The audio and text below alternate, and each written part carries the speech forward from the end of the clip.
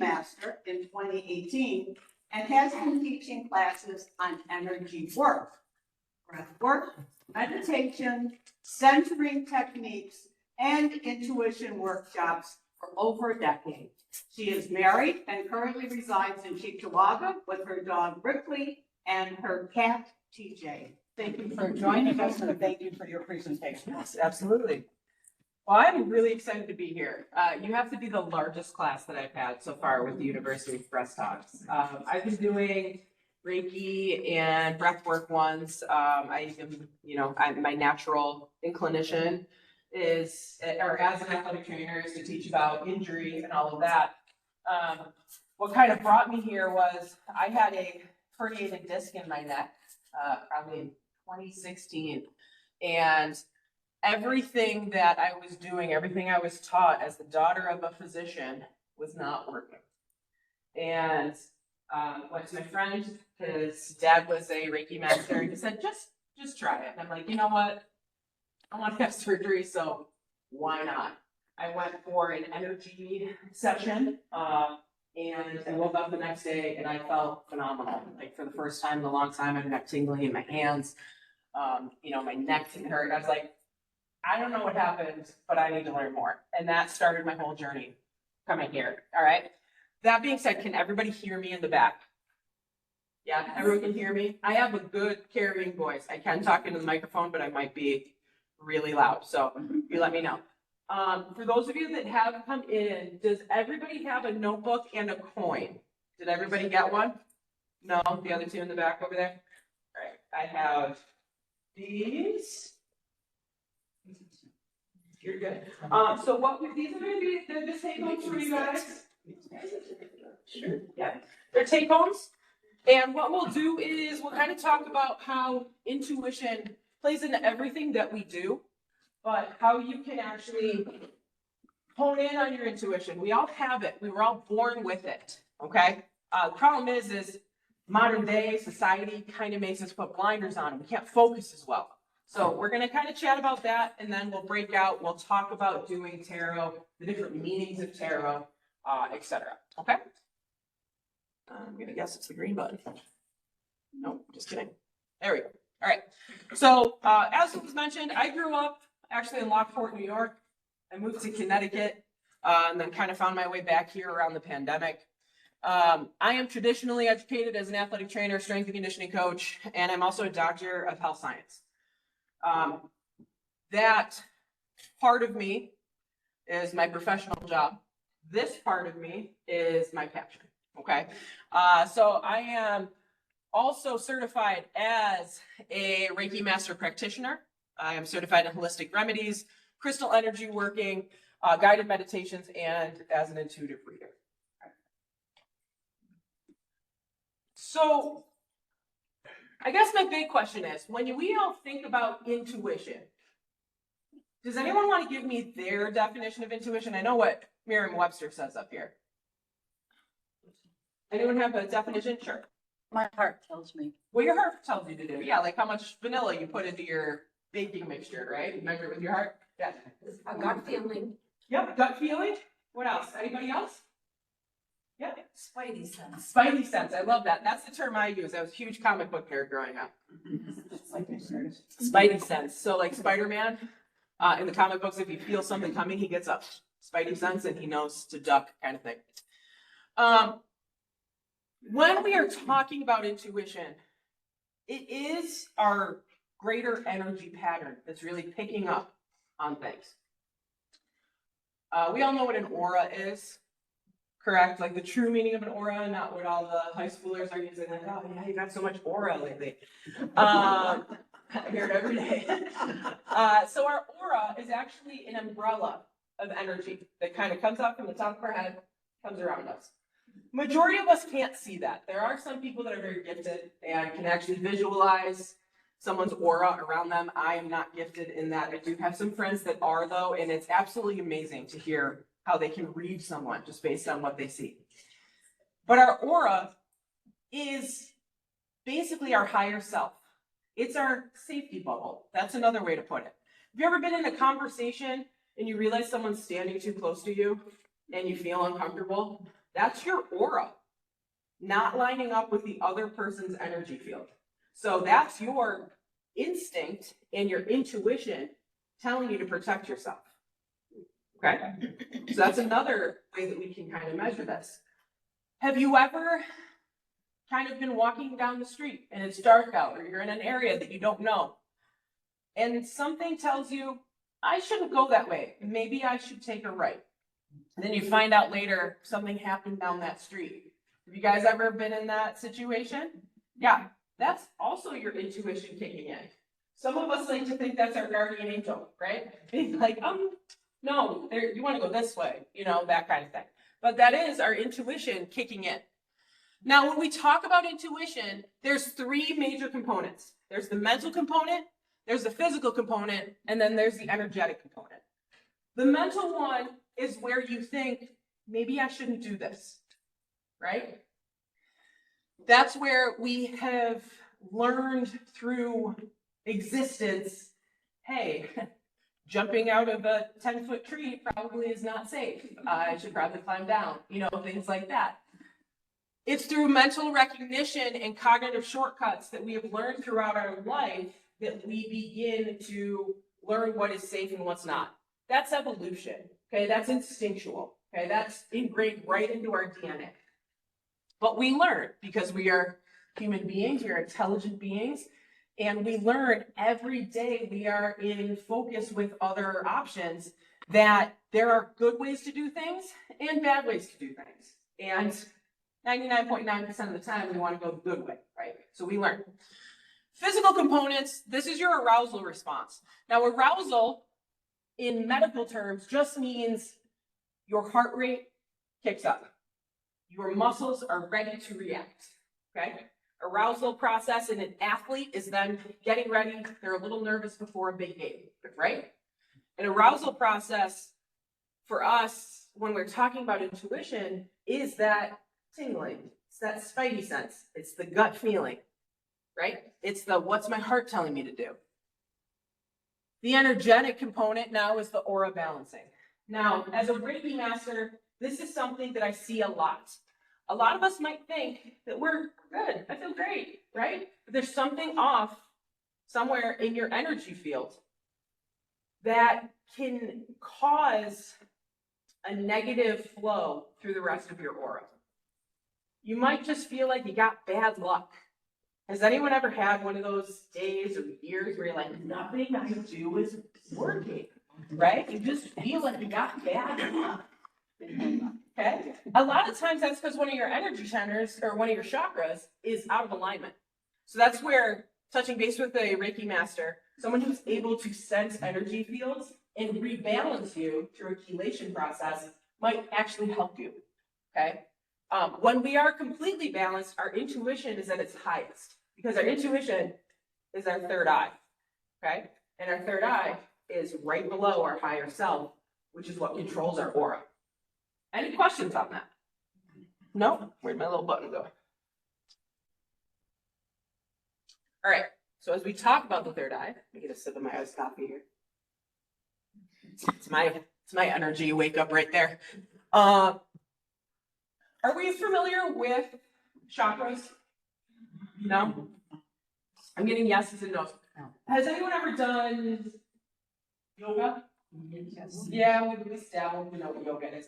Okay, so yoga, chakras, meditation, they all kind of circle together. They're much more prominent in Eastern traditions than in Western medicine, which would be kind of like where we are in the United States. Chakras are energy centers of the body. For those of you that might have come to one of my other classes on like crystals or Reiki, when one of our chakras is out of balance, you can actually have medical correlations to it. So if your heart chakra is out of balance, not only are you sad and depressed all the time, you might actually have some heart problems. You might have AFib. You might have something else that's going on. If your sacral chakra is out of balance, you might be having some problems with your hip region or, you know, the genital region down there, because that's where it's located, okay? We have different energy sectors, and science actually does prove that there are nerve bundles located in each one of those centers of the body. So this does actually have some medicinal science to it, okay? We do understand that there's major nerve bundles there, major pulse points, arterial flow. And if something is off in that region, it can sometimes cause ailments down the road, okay? Without getting into that, because that's another class, your third eye sits right here, right in the middle of your forehead, right above your eyes. Now, I'm not saying we all have to walk around with a giant googly eyeball on our forehead and make it wake up, right? We're not going to do that. We're going to do an exercise to try to open up our third eye today. Big thing is, and I will tell you, I have had my third eye open when I wasn't ready for it sometimes. And what it felt like to me, and it might feel different to everybody else, is it felt like pressure. It felt like someone had a finger and was pointing right into my forehead. Now, my Reiki master who taught me, she's also a medium. So she can speak, see, listen to other energies that aren't able to be seen in the everyday. And she would tell me that I have a female relative that follows me and likes to whisper in my ear what I should be doing. So I like to think that maybe that's where my intuition comes from. It's probably a grandmother or great-grandmother somewhere along the way. When I went down to Salem this past summer, I actually got my aura photo taken, and I'm sitting there with the woman who took it. She goes, "So you have an older woman next to you?" And she posed with me in the photo. And as she's posing, it's like she's pointing it all out. I'm like, oh my gosh, you can kind of see there's like a shoulder. And you can see there's like a bubble where another head would be. And you can see that there's like something draped around me. It almost looks like a boa. And she's like, yeah, she's related to you. And I was like, did she tell you her name? I just like to think it's all of my ancestral women in my family. It could be my nana, it could be my babci, it could be my great grandmother, it could be someone I never met before, but for some reason, they're out there protecting you, right? So there is that belief that we might have, like I said, a guardian angel protecting us. There's also the belief that the energies that come through are us. It's our higher self protecting us. That is another theory behind this, that actually might be myself in a higher realm coming down to protect me, okay? Take it as it may. A lot of people have a whole bunch of different belief systems. I'm not here to talk about the different organized religions or anything like that. I'm just offering education behind it, and whatever you feel you connect with, hold on to that, because it probably means something to you, okay? Now, as we do this third eye energy, okay, you're all sitting, which is great. I am going to ask you just to listen to my voice as we're doing it, okay? Don't feel bad if you don't feel any pressure on your forehead. That's okay. You might get an influx of just like a thought or a picture. Okay. That's okay. That's us practicing our intuition. Intuition is known in so many different ways. You can either see something, you might hear something, or a thought might come through. Okay? All of those are valid expressions of your intuition. All right. So while you're doing this, you're going to all sit, get comfortable, put your feet both flat on the ground. On the ground here. Got to stay in front of the microphone. I'm a walker. I like to travel here. All right. I want you to put your hands kind of on your belly. You can put another one on your heart if you want. So what we're doing is we're actually centering our heart chakra and our sacral, our solar plexus chakra. Okay. That is our energy point for our heart and our confidence put together. I want you to take a couple of deep breaths, and while you're doing this with your eyes closed, I want you to imagine a bubble of white light coming out of the top of your head like an umbrella and encasing your entire body. As it comes down around your entire body, I want you to mentally, you don't have to say it out loud, I want you to mentally remove any negative energy or any negative entities that might seek to harm you. The way I do this before every tarot session is I say, angels, spirits, and guardians, thank you for being here to protect me. If there's any negative energies or entities that are in my energy field that seek to harm, I ask them to leave immediately, as they have not been invited, nor have they been given permission to stay. They are to leave immediately and not return. Now I want you to breathe in a couple more times, nice and calm. Just feel your energy begin to lighten a little bit. As you inhale, you can inhale for 3 seconds, hold for 3 seconds, exhale for 3 seconds. Controlling your breath. Focus your energy now around the area of your eyebrow, and in the center of your forehead I was talking about. While you're focusing your energy there, you might feel some heat. You might feel some tension in your forehead. All of that is normal. You might actually start to feel your mood begin to shift and lighten. Now, as you're focusing there, I want you to mentally give yourself and your body permission to allow your third eye to expand and open. While you're doing this, remember you are protected by your angel spirits and guardians. And you've already removed any negativity, so you are safe to do this. And when you no longer need your third eye open, what you would do is repeat this process and ask to close it. All right. When you're ready, you can open your eyes. You can relax. Does anyone want to share with me how that felt? Anyone? Pressure here. You felt some pressure? Yeah. Pressure. Yeah, a little bit of pressure. Anyone else?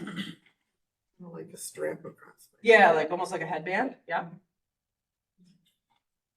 Maybe help my sinuses. Yeah, perfect. Actually, Like I felt there. yeah, your frontal sinuses sit right there. Yeah. That's tapping class. You can do that one too. You can tap and trigger it that way too. Some people, in order to increase this, they can obviously hold their hands. As a Reiki master, I would hold my hands here. I'm very sensitive on my third eye, so if someone puts their hand over my face, I can feel it. It makes me uncomfortable, so I would have to hold my hands out. Anything, wearing a hat, headband, anything, you are actually covering your third eye and you're blocking. Glasses are okay, they're low enough, so don't worry about those. Okay. Now this next part, what I am gonna do is I'm going to hold up a card, okay? We have a cross pattern, like a plus sign. We have a square. We have a circle. We have a star. And we have a wave. Wave, like wave. All right. What I want you to do is, I'm just shuffling through these. I want you all to pick one of those images in your head. What you think this is going to be. Now there's chance to this, absolutely. You could just get it by luck. But let's try to really flex that third eye, okay? So whatever you guys are thinking, you guys, men and women, sorry, think that you see, I want you to hold on to that. And I will show you the card. You ready? Everyone has the image that they think they have? Who got a star? Ooh, very good. All right, we're gonna do best of 3. Okay. Like I said, chance. Very good though, very good. When I was doing this at home, I kept seeing the cross pattern. And it was really funny, like I'd get cross pattern and I'd be like square. The next card, what would it be? It would be the cross. And I'd be like, oh, okay, well, I'm one off, right? All right, same thing.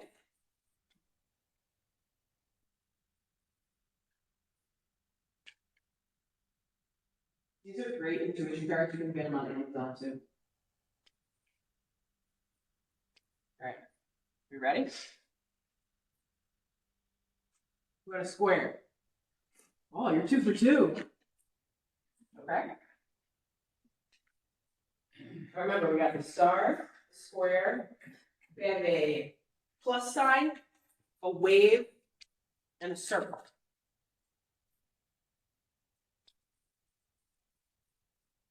All right. Last one. Ready? Plus sign. Anyone? All right. So we had a couple people get a couple in a row, right? How do you feel about that? Is it like a, whoa, that's really weird that I got it? Yeah. If you didn't get it, how were you feeling? Are you like, oh man, I didn't get it? That's okay. It's totally fine if that's the case. Because there's different types of intuition, right? Like I said the other day, I was practicing on myself and I was like, I kept seeing the plus sign and I'd get a square and I'd be like, man, put it down. And I'd flip and I'd be like, all right, thinking star, and it would be the plus sign. And then I'd go to the next one and be like, man, I got it wrong.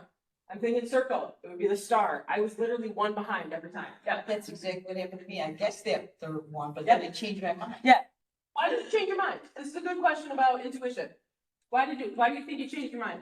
Certain reason, I don't know, I just was flipping between the two. Did you not want to be right? Did it scare you if you got off? Maybe. I'm not gonna lie, like the first couple times I did tarot and I got a really like vivid read, I'm like, wow, it's intimidating sometimes. But once you learn to trust it, it gets a lot easier. Any questions on that exercise for opening up your third eye? No? Now, when we want to close it, you get colors. If you get colors? Yes. So when I do Reiki on people, I see colors a lot. Not like visually, but like in my mind, I see colors. If you see colors, that could be you actually reading the chakras, like the energy coming off of. I was someone's seeing energy. purple. You were seeing purple? Well, I am wearing purple, but yes, it could be that. So purple is the third eye color. Okay. So that could be it. You're just growing it. Now, as with anything, it's an exercise. The more you do it, the better you will be at it, the stronger your third eye muscle will be. Okay? Yes.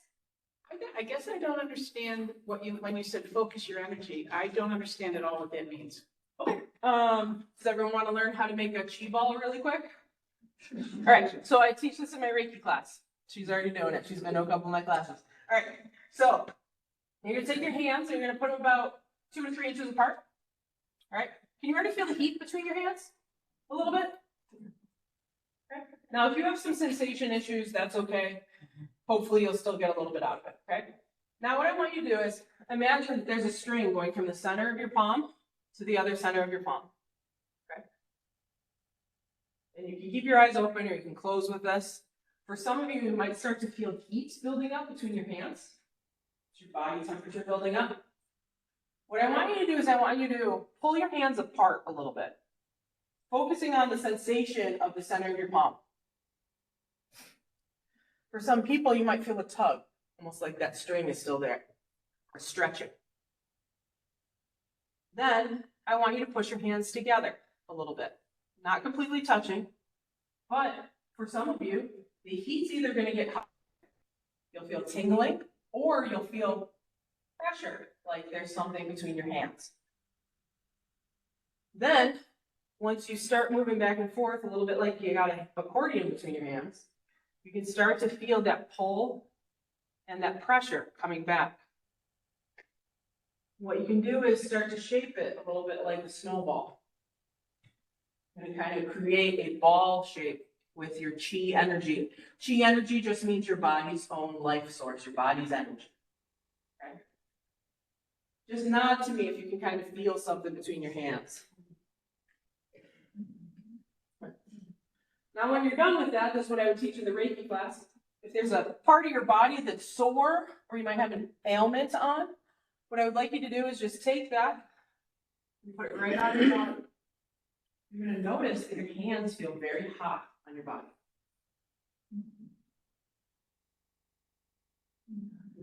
Do we notice that? Yeah? Do we feel heat? Like increased heat? Yep. That's just first time I did Reiki on my parents, they were like, did you just like Miyagi me? Like from Karate Kid? And I'm like, I think I did. I don't do this though. That's cheating. Okay. Does that explain it? That's what I was kind of talking about, like energy. So you're trying to just focus on a part of your body. You're focusing on energy. So our body is all energy. We are just little atoms bouncing around in a contained space, okay? Just like this table, just like this floor. Everything is energy. The only thing that I'm saying is, for you, however you identify your energy in your body, like you can feel your heartbeat, right? Yeah, so you can feel your heartbeat, right? So that's energy in your body, right? So some of us can feel energy not only in our chest, you can feel your heartbeat if you're really paying attention, kind of in your thighs or your stomach sometimes. That's just focusing on different areas of your body and focusing your energy and your awareness to that part of your body. Does that answer your question? Yeah? If you didn't feel it, that's okay. That's where we practice this and we keep doing it more, okay? Any other questions on that before we move on? We're good? All right. This is where you get to try this out a little bit more with some of the people in the class. All right? You can turn to the person closest to you. You can turn to someone who doesn't know you also. If you know a person, just putting this out there. If you know a person, you spend a lot of time with them, your intuition is actually cognitive patterning, sorry. Right? So I literally turned to my friends the other day and I said, what number am I thinking of out of 100? She started listing off all my favorite numbers. I'm like, no, don't do that. I was like, you know my favorite numbers, but you know, things like that, okay? So what you're gonna do is you're gonna find someone, just a totally random person in the room, and all I want you to do is you're both gonna think of a number 1 through 100. You're going to make eye contact with this person. This might be a little uncomfortable if you don't like making eye contact, so I apologize. If you are, and I'm just putting this out there, if you do have some sensitivity towards physical touch, you don't have to touch the person. If you have issues holding eye contact, that's okay. You don't need to do the exercise, okay? I'm going to give you guys a couple of minutes to practice this and see if you can get each other's number. So, go ahead. For those of you at home, practice.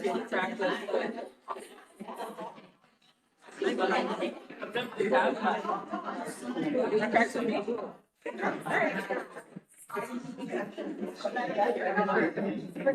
right.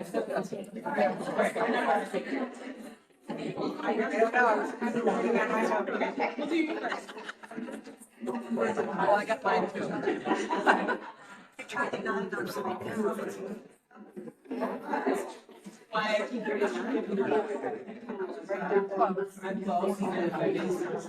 we'll take that. Alright, what's my number? 37. What did you say? 37. Very good. Mine was 30. Mine was 58. Oh, we got the right. We just didn't get, we got the right. We didn't get the other one. So yeah, that's good. Alright, bring your head. I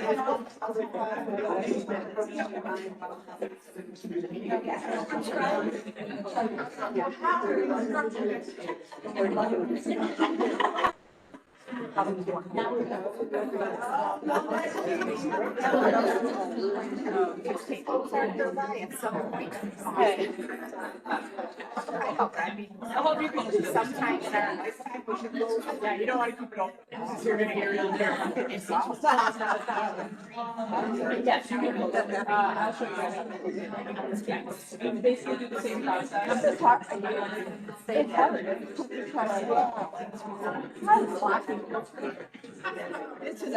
I did that once. I was really close, and then like I had a lot of difficulty doing tarot for a couple of days. I was like, man, I gotta reopen this. So and you can just get time. When you do tarot, sometimes because you're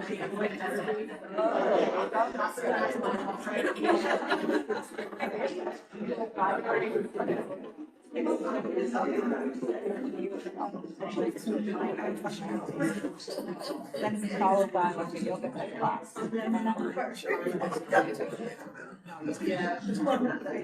Okay, let's come back to the class here. Kind of interesting. Can I get a show of hands if anyone actually got the number exactly correct? Did anyone get the number exactly correct? You were close? Okay, you were close too. How many? All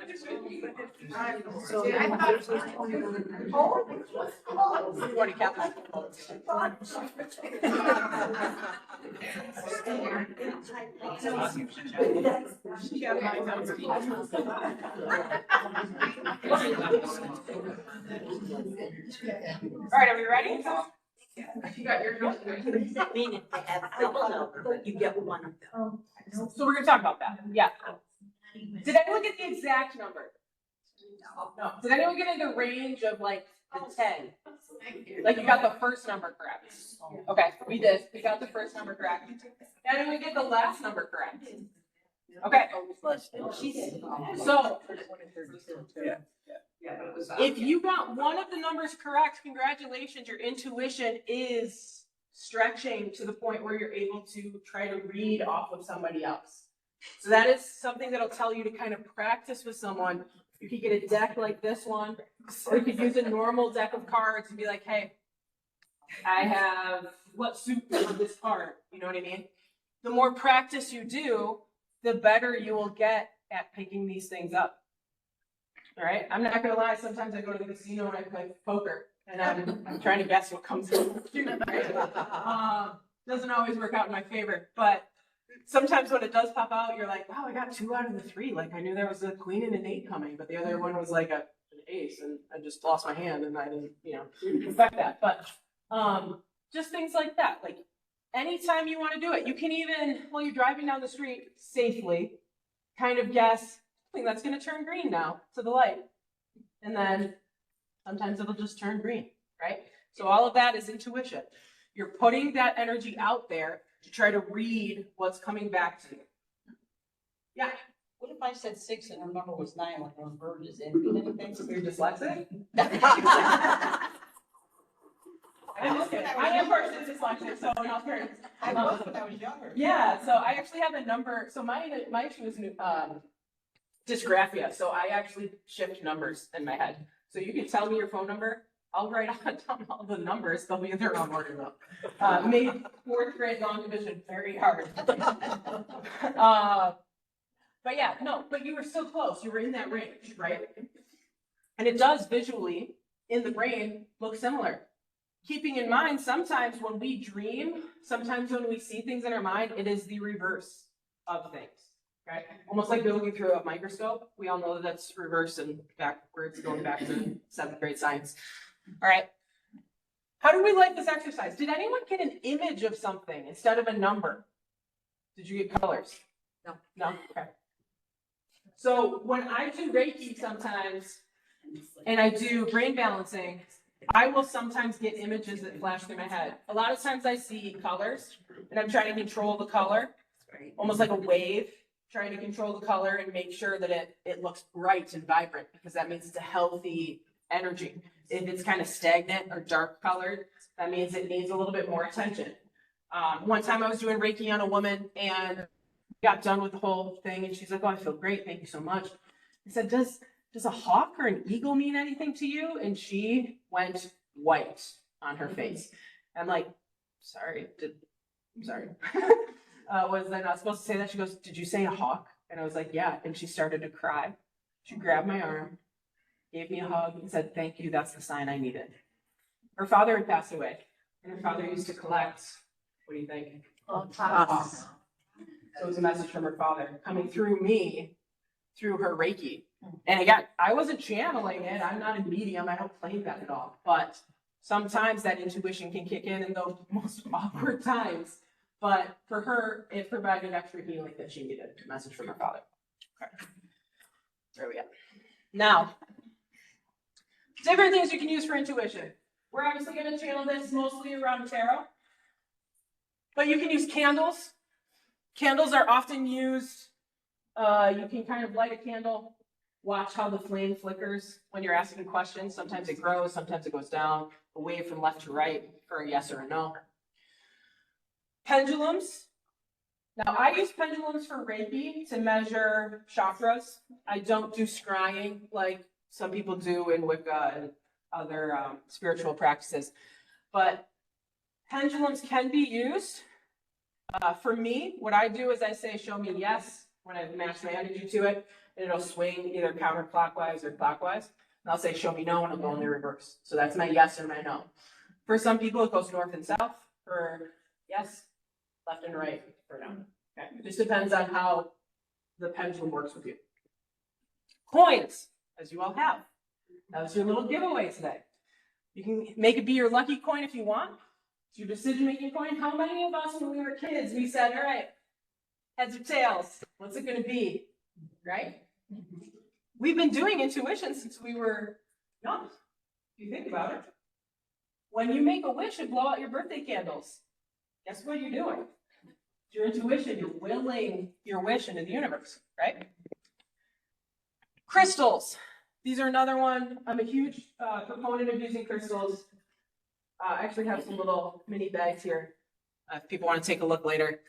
But crystals, especially labradorite, amethyst, moonstone, which is a lighter version of labradorite, and clear quartz. They are used a lot in meditation because they help to enhance the third eye. They help to clear negative energy.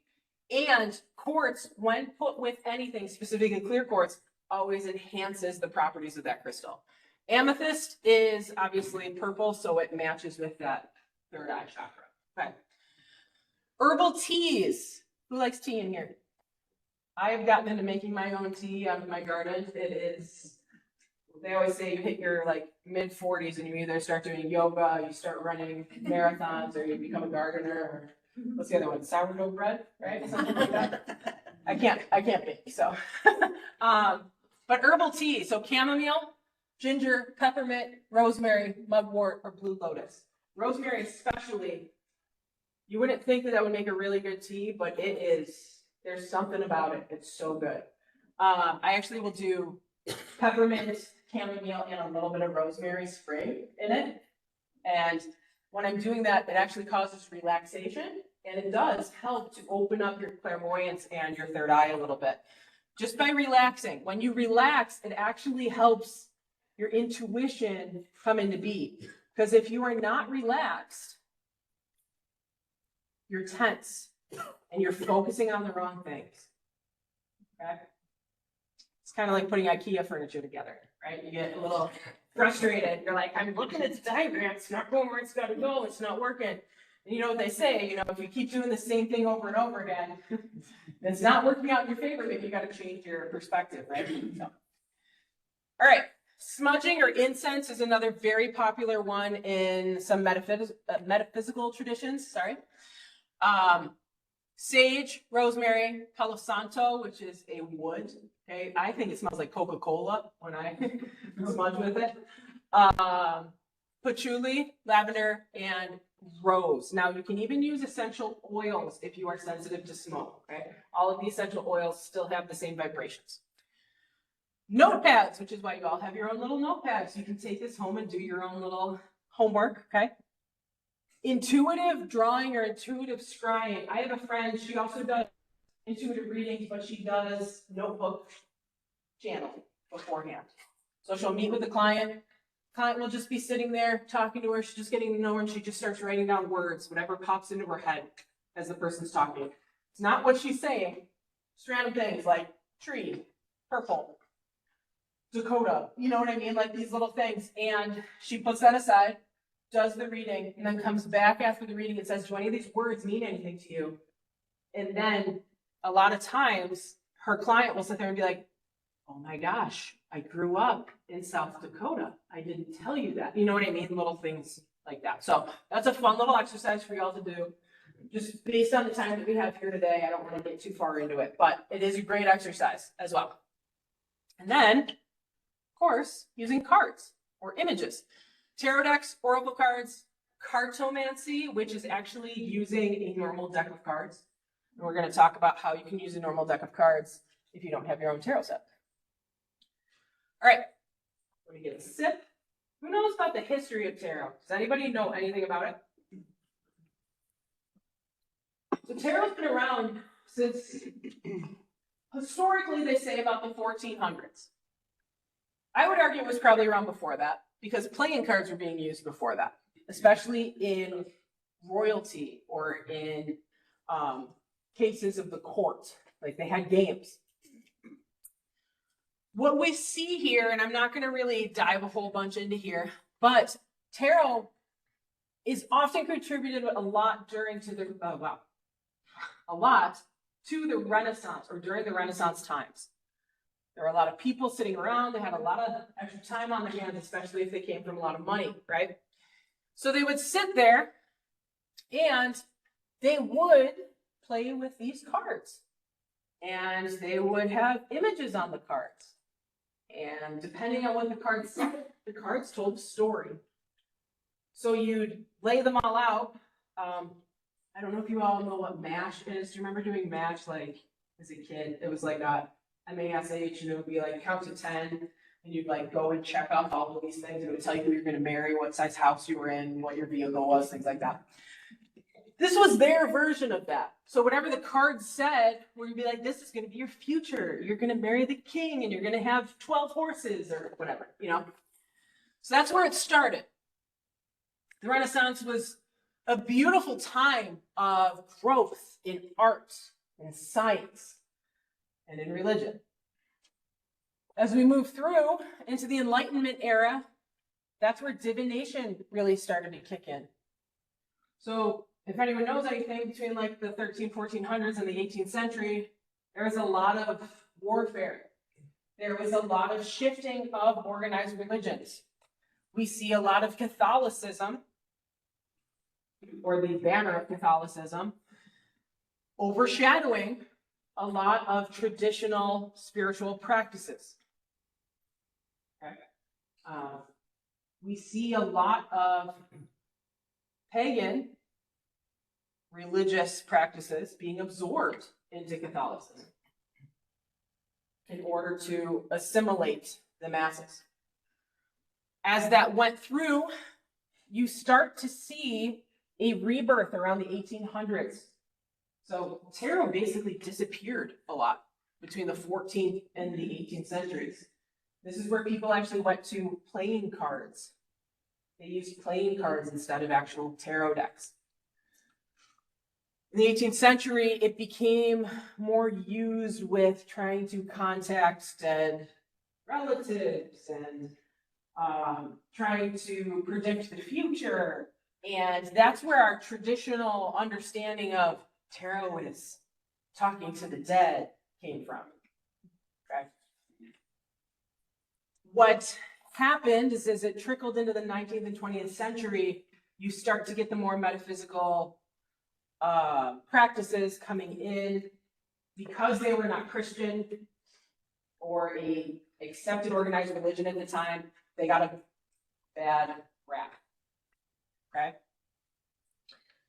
But the interesting thing being that when you look at most organized religions, and again, without getting into a religious debate here, a lot of people in documented texts, religious texts, were seers. They were intuitive. Used herbs, candles, crystals. They spoke to the angels. They heard God speaking from a bush that was on fire, right? So take it as you will. I find comfort in that as someone who was raised Catholic, that it is just a natural gift and inclination that we all have. That sometimes if we can remove ourselves and find that we have these gifts, we have these tools, they allow us to actually be closer to our higher being, not only our higher self, whoever we choose to see as the higher being. Okay. Now, a lot of the more modern versions of tarot kind of came from Egyptian decks, where we kind of find, like I said, this happened well before the 1400s. We know ancient Egypt has been around for quite some time. They found history that in Egypt they were using very similar processes. The priests and the priestesses. In Greece, they were using stones, shells to try to read. Okay? The whole term oracle comes from Greece. You would go to an oracle and you would ask, I don't know, whoever Plato decided to say it was the oracle at the time, you would ask them, what do I do? Should I go into battle? Will Troy turn out in my favor? We all know that story. You know, things like that. So this has been throughout our entire lineage of human history that we know. Now, as we move into the more modern age, the Rider-Waite-Smith deck is the most popular one. That is known as the basic. A lot of people learn off of that. You'll see a lot of variations in that deck as well. And from that, a lot of people have created their own decks. They still have the same energy behind them, same meanings behind each card in the deck, but they kind of get a little bit more artistic with what they want to use. Okay? Do we have any questions about that? On how long tarot has actually been around? We're good? All right. Moving forward. All right. As we are talking about a traditional tarot deck, now this is not a traditional, this is not a Rider-Waite, this is actually the Madame Claire deck. Okay, it's one of my favorites. But when we're looking at a traditional deck, without the higher arcana, which would be like the sun and the tower cards, for those of you that dabble, okay? We're just looking from ace to king. Everything correlates with the deck of cards, all right? You have the hearts being the cups. I'm starting on the left side of the screen here. Cups represent emotions, feelings, self-care. You have the diamonds, which represent pentacles. That's an easy one because pentacles mean money, right? That represents material wealth, money, work, and also stability, earth. Clubs are the wands or the staves. They represent fire, like the fire sign. Action, creativity, motivation, passion. And then you have the spades, which represent the swords. They represent your thoughts, communication, challenges, conflict. Spades are also the air sign. I didn't mention up there, but each card actually represents a season as well. So the hearts represent spring with water, fresh water. Diamonds represent autumn or fall. The clubs represent summer, fire. And spades represent the winter. So this is why when everyone says, oh, what's your sign? And they're like, oh, you're a fire sign. Fire and water don't work, you know, things like that. So just something to keep in mind. So as we go through a normal deck, there's 52 cards for 52 weeks out of the year. There's 13 cards per suit from ace to king, okay, which is 13 weeks in each season. 12 court cards, 12 months out of the year. Red and black represent night and day. Numerical timing, the ace being this something, 1 through 10, indicating numbers of days, weeks, or months. And then jokers or offsuit cards, they represent leap years or a sudden unexpected event. Okay, so that's if you're using a normal deck of cards. Okay.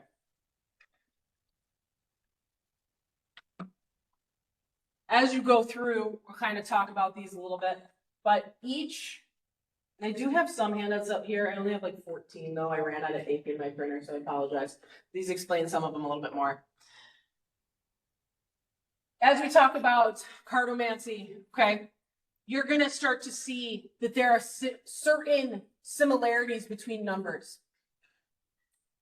So when we're looking at the 2 of clubs, and I know this is really tiny, so it's hard to read, so I'll read it for you. When we're looking at number 2 of clubs, that means an agreement. Okay, that's usually depicted as a person holding up 2 posts or standing between 2 posts.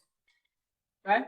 When we have the 2 of hearts, it has to do with a time or a departure of sorts. Or the 2 of cups, also means a union of two people. The Two of Diamonds is a surprise, okay? Two of Pentacles traditionally is a juggler juggling two pentacles. So it's weighing the options on something. And then the Two of Spades or the Two of Swords sometimes can be something is coming or that you are making a decision on something. Remember, swords are your thought process, okay? As we work through, and this is one that always gets me, is 6. Why is 6 a negative number? Does anybody know? The devil is 666. Yeah, it's been tagged as a negative number because of the 666. Guess what? It's not a bad number. 6 means change. 6 means promise. Okay? In the 6 of Clubs, we see that as a vexation, right? Something that we need to think about. In the 6 of Tarot, the 6 of Clubs in Tarot, or 6 of, Wands, it's a champion's return home. In the 6 of Hearts, we see pleasure. In the 6 of Cups, we see a family reuniting in Tarot. In the 6 of Diamonds, or the 6 of Diamonds, we see pleasure. In the 6 of Pentacles, does anybody know what that one is? It's having enough to help others. It's giving of your excess to help others around you. Philanthropy. And in the 6 of Swords, 6 of Spades is a child or a relationship. In the 6 of Swords, it is sailing out of rough seas into calmer waters. So that's just something to think about. When we open up our minds and we learn and we educate ourselves, we can see the difference. Okay. Earlier, as we were getting ready, I was flipping through and 2 cards popped out to me. I got the 6 of Swords, ironically, sailing out of rough seas into calmer waters, and I got the Hierophant. Hierophant is the bishop or the pope of the deck, known for education, higher purposes, leading with a true heart. Okay? So a lot of times, if I kind of can't make up my decision on something, I'll draw a couple of cards, and I'll see what the cards say, and I'll reflect on them and the story that the cards are telling me, and I'll kind of build my next process off of that. And that's telling me that I'm here educating all of you and helping guide you through to a new journey. Minor Arcana. So Minor Arcana means ace through king in a deck. These are really small, so you're not going to be able to really see it. But I just wanted to mention each card has its own meaning. So for those of you that do tarot, give me a card. What card just pops into your mind? Anyway. Sorry? I'm sorry. The 4 of Cups. The 4 of Cups. Do we know how the 4 of Cups traditionally looks to some people? No idea. No idea, right. So the cups in a traditional deck is someone sitting against a tree. There's 3 cups spilled out in front of them. There's a cup floating or usually offered as a hand. What does that story tell you? If you are looking at that card and you have no idea what it means, what do you think it means? 3 cups are spilled out. There's 1 cup being offered, and the person's staring at the 3 cups on the ground. Last chance. A last chance. Okay. Missed opportunities. What else? Sharing. Okay. Anything? Does it give you a positive or a negative feel? Positive. Okay. Offering. Huh? Offering. Yeah, it's an offering. So traditionally, the 4 of Cups basically means to pay attention to the opportunities that are right in front of your face and don't worry about what's already happened. Okay? Yep.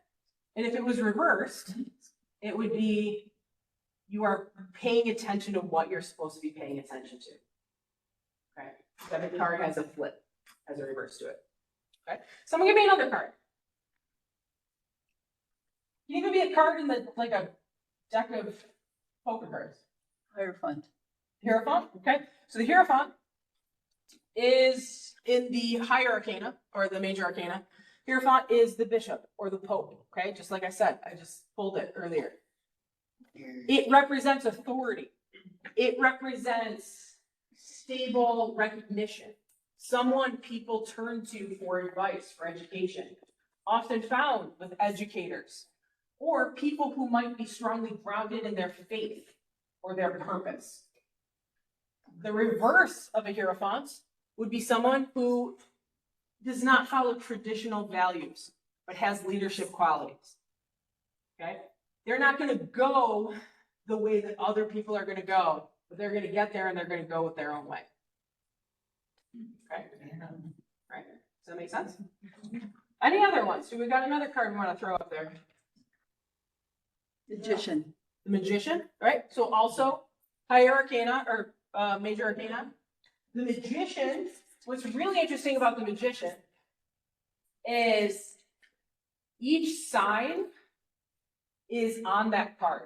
So the Magician has a cup, has a wand, has a sword, and has a pentacle on a traditional magician's card, which means they're usually either toiling over something at a table or they're standing and there's all of the elements around them.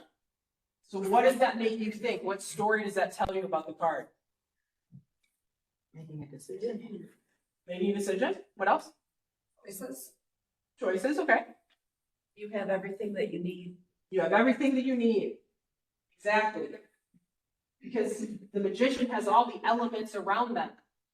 They have the tools that they need to get through to answer. So if I was asking a question like, am I ready for this?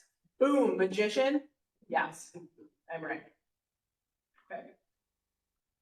What if I got the Four of Wands, the Two of Cups, and the Devil? You're doomed. Does anyone know what the Four of Wands stands for? It's usually 4 people standing under it and 2 people standing, like, celebrating. Very similar to a marriage. You're doomed. All right? So it's four walls, creates a house, creates stability. Usually is depicted as a celebration, a happy one. It's a good one. It means a bonding of people coming together. The Two of Cups is usually 2 people sharing 2 cups together. So it could be a conversation, or it could be a coming together of a relationship, or a friendship. Okay? So if we put the Four of Wands and the Two of Cups together, what do you probably think that is? Celebration. Celebration, marriage, engagement, maybe, right? Now we throw the Devil in there. Addiction. Yeah, so the Devil is known as wanting the cardinal desires, right? It's the addiction, it's the gambling, it's the sex, it's the bad stuff, drinking, partying, rock and roll, right? So it could tell you that there is going to be an engagement between 2 people, but it might be a toxic relationship if you're doing that in a setting. So what I would do is I'd lay those out, and you obviously don't want to tell someone, hey, you're in a toxic relationship, right? Because they're not going to pay you. But what you can do is say, okay, let's get some more answers on this. And then you ask the deck to give you some clarifiers, which you'd pull another card. So let's say the Devil is there, they ask for a clarifier on the Devil card, and let's say it's the 8 of Cups that pops out. Now, the 8 of Cups traditionally is someone walking away on a mountaintop, and all of the cups are spilled behind them. It's someone walking away from something bad. Now, if I got that as a clarifier, that tells me that this is going to be a relationship that's going to take work, because someone probably was left behind by someone and they don't trust relationships in some way. Okay? Does that make sense? Are you looking at the 8 of Cups right now? I had pulled it out. We had Yeah. before about like, name a card and I thought, pull one out. Yeah. And it was the 8 of Cups. It's that third eye thing going on. I was thinking Are you doing things for the right reason? That too. Are you doing things for the right reason? Right. Getting married for the right Yeah. reason. So if I flipped out the 6 of cups with that, which is traditionally children, I'd be like, oh, surprise coming. That's why they're getting married, you know, that kind of. Okay, do we get how the cards tell a story? So they all obviously have meanings. And I do have, up here, I do have some decks that are learning decks too, that kind of tell you what the meanings of the cards are. All right, Page Arcana, again, a whole bunch of them up here. You got 21 cards. All the way from the Fool, which is traditionally a person, who's on his way about to walk right off the cliff. Okay? The Fool represents taking chances, taking a leap of faith. Okay? We go down to the Magician, which we already explained. The High Priestess, who is the match to the Magician. That's following your own intuition. It's doing your own thing. Then you have the Empress and the Emperor. Now, without diving too deep into this, has anyone ever heard of a twin flame? No, it's a more pop culture reference. The belief that you're soulmates, we're all soulmates, we all intertwine with each other, and you might have a twin flame, which is the other part of yourself. It stems from Greek tradition that actually all humans had 4 legs and 4 arms, but we were too powerful, so the gods cut us in half and split us apart. So that is where the theory comes from, that we spend our lives searching for our twin flame. Now, our twin flames can be intense because it's the other half of yourself. The Emperor representing the male or the action, okay? The Empress representing the female or the divine feminine side of us, which is the emotional connection of things, okay? Now, with tarot, we all understand that we have a divine masculine and a divine feminine within all of us. If we are more action-oriented, we are living more in our divine masculine. If we are more emotionally taking care of, nurturing other people, we're more in our divine feminine. Okay. Going down, you got the Hierophant, which we already talked about. The Lovers, which is a union of people. Ironically, the Lovers card looks a lot like the Devil card. You have 2 people chained together in it, so take it as you will. The Chariot, which signifies triumphant return or passage. Strength, which is usually someone hugging a lion, so bravery. The Hermit, which is exactly what you would think. It's an old man with a little lantern being like, who's making all that ruckus outside? Kind of image. The Wheel of Fortune, which represents a cycle of life, or it looks a lot like a coin. You have Justice, which is just what you would think, 2 different scales. The Hanged Man, which is actually not someone hung here, they're actually hung upside down by their foot. So the Hanged Man actually gives you a different perspective on life, seeing things from a different point of view. Okay? You have the Death card, which, as someone who is a Scorpio, and the Death card represents Scorpio, I want to dispel a rumor. The Death card does not mean death. It means the end of a cycle and the starting of something else. A lot of people fear death. It's just the way we are. The card does look scary. It's usually someone on a white horse and a sickle, right? But it means the end of something and the start of something to come. Okay? You got Temperaments, which is the angel. It's actually known as an archangel. A lot of people think it's St. Michael. Depends on how you see it. Temperance is patience. You have the Devil, which we've already talked about. You have the Tower moment, which also looks very scary. Also somehow contributed to a Scorpio. Scorpios get that right. But that means this tearing down of something to start something new. Okay? You can't build something new if you don't start it from scratch. If you build on something else, you're just adding to someone else's thoughts, right? You gotta have your own story. The Star, which means healing. It's usually someone bathing in a river. The Moon, which means that there is something yet to be revealed as the sun comes up. Then you have the Sun, which is glory, yay, happiness, all that stuff. Judgment, ironically not a Scorpio card, which basically is, this is the outcome. This is the outcome you've been looking for, okay? If you ever have to ask a question and you have a tarot deck, you don't know, like the cards that you're getting aren't telling you what you want, shuffle through your deck, find your judgment card. Whatever's before it and whatever's after it is your answer. Okay?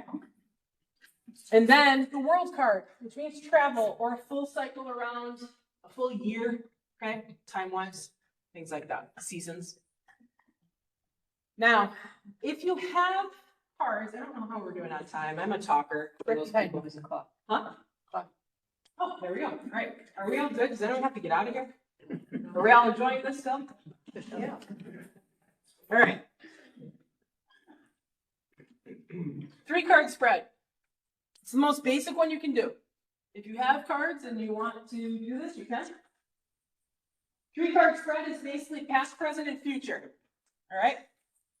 Due to the amount of people in here, I can't really do readings for everybody, but we're just going to do a basic reading for the general collective is what I like to say, okay? So I'm going to shuffle these. Anytime you are taking care of your cards, God, these cards really want to stay up. 5 of Wands, conflict. Hopefully I'm not going to get kicked out of here. All right. So anytime you are working with cards, you want to put your intention into the cards. So I'm going to ask for the general collective.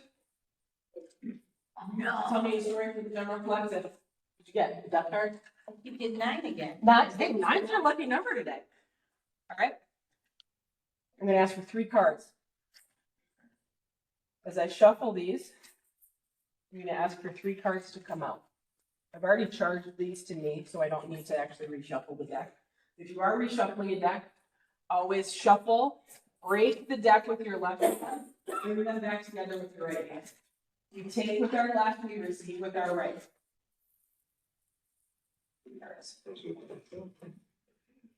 All right, so I'll show you guys. So break left, bring together on the right. I'm going to take the top 3 cards. I have the 2 of Swords, King of Pentacles, and the 3 of Pentacles. So already I have an air sign and 2 earth signs. All right. What I love about these cards is the 2 of Swords. These cards actually give you meanings on them. I just love them because they got a nice, cool gold border. But the 2 of Swords means making a decision. Okay. It came out in reverse, which means that my decisions already been made. I'm anxious about nothing. Okay. That's my past. Or that's the past of whatever the general collective is. Okay? We have the King of Pentacles. King of Pentacles is the richest guy in the deck. This is the richest man in the world, basically. Okay? They're good with their money. They know exactly what to do with it. They know how to take care of people. They know how to take care of their land. They have a stable home. Okay? This popped out in reverse, though. Okay? So the reverse of that basically says, and this is our present card, be aware of what's going on in your household. Be aware of your finances. Don't take risks. Now is not the time to take a risk, right? We all know money doesn't go as far as it used to, right? All right. Then we got in the future the 3 of Pentacles. 3 of Pentacles traditionally is people working together, friends coming together for a single purpose, for a single goal. Guess what? Came in reverse. Okay. Deck upside down. Yeah. So it came out in reverse, which basically says there's a transition coming. And the people that you have been trusting to get you where you need to go are not who you need to continue on your journey. Okay. So it could be, hey, I've got some business partners and our business just isn't taking off and I don't understand. That's giving you these 3 cards together. Give me a story of, I need to really reevaluate what my business is, where I want this business to go, and who is best to get me there. Okay? A lot of times when you see a lot of pentacles, I see that more as a business reading. Okay? If you see a lot of cups and wands, it's usually more of a relationship reading. Okay? If you see a lot of swords, it's usually a lot of conflict People that are very anxious, stuck in their heads a lot. Okay. We want to do another one? Yeah? Okay. How did you do it with playing cards? Playing cards. So each card has its own meaning. So for those cards that I pulled, we had the 2 of swords, so that would have been the 2 of spades. Now there's no reverses for playing cards. So you're just taking the meaning of the card, right? And then we had the King of Pentacles, so that would be the King of Diamonds. And then 3 of Pentacles, so that would be the 3 of Diamonds. Does that make sense? All right. All right. So the most basic one just popped out. We're going to save them. The most basic one is the 3 deck. You can do a 5 deck. I love to do what we call the Celtic cross. That's my favorite one. It gives you really the best depth. Each position has different meanings. Okay. We're going to do for the greater collective. Ready? There's a lot of money things going on here today. All right. I got the 3 of Pentacles in reverse again, so we already know what that means. That's in our past. Our present is the 7 of Wands, which means standing up for something you believe in, putting your neck out there. Then the outcome is the 5 of Pentacles. And for those of you who know the 5 of Pentacles, this is usually a wintry scene of people outside of church freezing.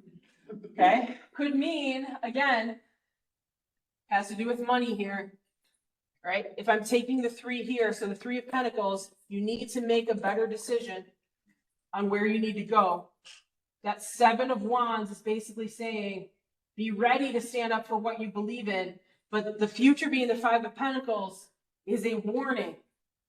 Be prepared for some difficult times in the future. If this is really what you want, be prepared for it because the overall outcome might help. Now, this card popped out, right? We're going to see what this card is. 4 of Pentacles.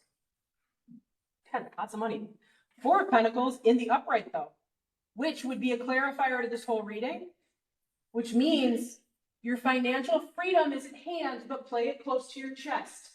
So that plays into those other cards. And did you notice we got 3, 4, and 5 of Pentacles? And believe me, that thing is shuffled. Which means growth. Opportunity is coming. Okay? Got it? Does that make sense? All right.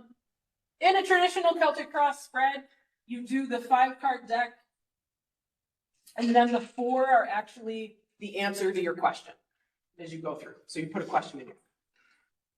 So you would start with it. It would represent where you are, where your past and your future was, what's in your consciousness, what's in your subconsciousness. So the above and the below. And then the 4 cards up the side are the answer to whatever your question is, your quandary. And 10 is your outcome. All right, I kind of already explained this, but when you are doing a reading, you want to create a safe space and a free space. A lot of people use an altar or they'll clean like an area. You don't want food on your tarot cards, right? You're going to cleanse it energetically. You can either use smudge, smoke, incense. I use, where's my spray? I use a spray, it must be in my box, that I make from moon water. So I put water out under the full moon and I put rosemary and sea salt in it, and I spray that energetically. Protect your own energy, just like we talked about, with removing negative energy from the area. If you are working with a client, you want them to hold the cards and place their intention into the cards. Do not have them tell you what it is out loud. Okay? Because that'll distract you and it will give you bias towards your reading. You'll take the cards from the client, shuffle 3 times, cut into 3 with your left, restack them with your right. And again, remember, left takes, right gives. Lay a card spread of your choice. Again, we just did the 3-card process. You're going to notice your layout. What does your mind's eye tell you? What does your intuition tell you? The cards will tell you a story. Each card has meaning, yes, but the cards together tell you a story. And that's really what it's about. How do they feel to you when you look at it? What images are you seeing in your mind's eye? A lot of times when I do tarot readings, I will get tired because if I do a lot of tarot readings in a row, because I'm really flexing a lot of my energy. I'll look at the cards and I'll be like, I don't know why, but I'm seeing Arizona. Maybe someone from Arizona, this is what it's about. I'm seeing a cactus or something. And I'll get someone who shows up on my YouTube channel and be like, oh my God, I'm from Arizona. This is totally me. This is my story. You know, that kind of thing. So that's your intuition kicking in, right? Important, do not let your client talk to you while you are doing the reading. They will transition their bias into your intuitive reading, okay? After all the cards are out, then you can have a discussion, okay? And then remember, it almost never resonates right on the point. Sometimes the cards will have a little bit of influence, sometimes they won't. But I will tell you, I've had a couple of readings done, and a couple months down the road, all of a sudden I'm like, oh, yeah, they told me about that. Okay. And then all of a sudden everything comes in and you're like, oh, told me about that too. All right, something big is coming. My timeline is coming. I'm finally on that right timeline. Okay. All right, I already did it. And that's my contact information. So any questions about what we were just talking about? Do we feel a little bit more confident? How often do you do a tarot, have a tarot reading done? How often do I? No, how often does an individual, how often should they do it? Whatever the day if you want. And then. I wouldn't have it multiple times during the day because it's gonna muddle your. No, I'm saying. Yeah, there's some people that have like I'll get you in a second, they do a full year reading, like a 12-month reading, like I do those, I'll do a 12-month reading for someone. And then if something big is happening in their life, I would say at least 4 times a year if you're a person who wants to look at it just for advice, yeah? One other question, Yeah. what is the significance of number 3? My whole life, number 3 is common. Well, I'm the third daughter, so I believe in that. No, but 3 is usually teamwork. It is the perfect triangle. In religion, it's the Father, Son, Holy Ghost, right? So it is considered a perfect design, which is where 3 comes from. What was your question? I'm just curious. Yeah. Sometimes like when I'm on Facebook, whatever, and there's these mediums now coming up doing tarot reading. Oh, you got on that algorithm, huh? So, yeah, and it's like, some of it is like right on, and it really was for me. What do you think of that? So if it resonates with you, that message is meant for you, is the whole thing. I have listened to things and be like, this has nothing to do with me. I don't get this one. And then all of a sudden I'll be listening and be like, yes, that's me. This is what I need to listen to. And if it's resonating with you, take it. Take what you can learn from it. And keep in mind that tarot isn't reading the future. It's guidance. It's giving you opportunities on what options you can take to move forward.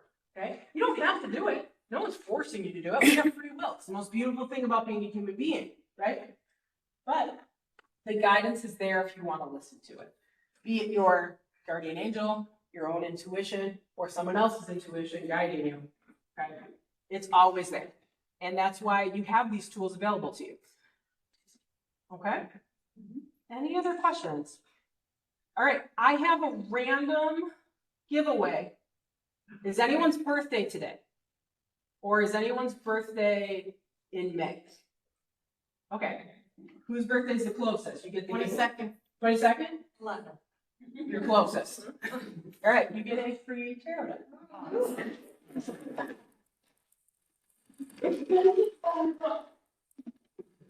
All right. Now, for those of you who would like to contact me if you're ever interested, that's my email up there. It's ValkyrieTarot716@gmail. I do have an Etsy store too, where you can go right there, contact me. Either way, I can help you out with our reading, okay? And again, as I mentioned before, for those of you that might not have heard me when you were coming in, there are tarot decks up here for sale. There's some other things up here for sale, crystals, pendulums. If you are interested, no pressure. Just wanted to bring some stuff too. If you do buy a tarot deck, you can get one of these fun little beautiful bags to bring your tarot deck home with, okay? All right. Is there a website to check like you guys list to find those lists? It's actually on the bottom of those images. It's really tiny. I mean, look, they recorded it. So if you go to the University Express website and look underneath, there's a link.